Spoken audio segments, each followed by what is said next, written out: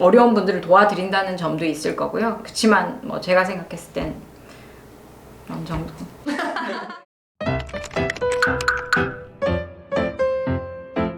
어릴 때부터 변호사가 돼야 되겠다라는 장래희망이 있었던 것은 아니고요. 저희 아버지께서 그래도 공부를 괜찮게 하니까 변호사가 되는 게 어떻겠냐 해서 법대에 진학하게 돼서 지금 이렇게 변호사로서 일을 하게 되었습니다. 제가 사실 좀 어릴 때 가난하게 큰 편이었습니다. 그래서 좀 힘든 분들을 도와드려야겠다라는 목표가 있었고, 그래서 운이 좋게도 제가 법무부 입사시험에 합격을 하게 되어서 어려운 분들을 위해서 도움을 주는 일을 하게 되었습니다. 그 결과 많은 도움을 드렸다고 스스로는 생각을 하고 있습니다. 제가 법무부에서 공익적인 업무를 하면서 크게 도움을 드렸던 분들도 많이 계시기는 한데, 아무래도 제가 소송 대리인이 아니다 보니까 그 업무에 있어서 한계를 많이 느끼게 되었습니다. 그래서 제가 의뢰인들을 더 적극적으로 도울 수 있는 방법을 찾다 보니까 개업을 하게 되었습니다. 굉장히 스펙트럼이 넓은 것 같습니다. 일단 예를 들어 사내 변호사로서도 일을 할 수가 있고, 저처럼 이런 개업 변호사로서 법정에 서서 재판의 소송 대리인이 될 수도 있고, 내지는 정치의 뜻을 가지신 분들은 사실 정치로 이렇게 길을 택하실 수도 있기 때문에 그런 다양성이 변호사로서의 매력이 아닐까 싶습니다.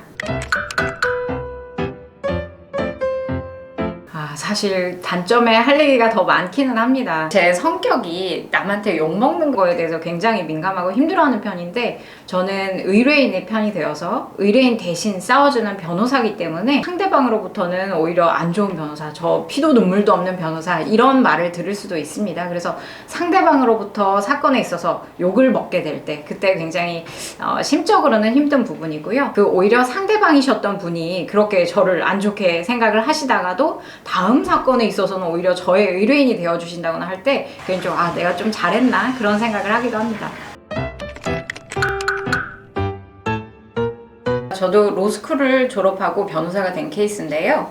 아무래도 집에 돈이 많느냐 그런 질문을 많이 받았는데, 오히려 요즘은 그 장학 제도라든지 힘든 취약계층에게 더 많은 기회를 부여하고 있기 때문에 내가 형편이 어렵다 해서 변호사의 꿈을 저버린다거나 전혀 그럴 필요 없으시고요. 오히려 더 적극적으로 도전해 보시면 좋을 것 같습니다. 다른 변호사님들 중에는 의뢰인이랑 이렇게 같이 오셔서 의뢰인 분들한테 이렇게 오히려 본인의 의뢰인인데도 호통도 치기도 하고, 이렇게 하시면 안 된다 이렇게 단호하게 말씀해 주시는 분들이 계신데, 저는 우리 의뢰인들의 말씀에 귀를 기울이고 충분히 공감을 해드리면서 힘든 시기를 보냄에 있어서 제가 같은 편이 되어드릴 수 있는 그 어떤 조력자 같은 역할을 한다는 점이 제 장점이 아닐까 싶습니다. 그래서 친절하고 그러면서도 한편으로는 좀 실력 있는 변호사를 찾으신다면 제가 적격이 아닐까 싶습니다.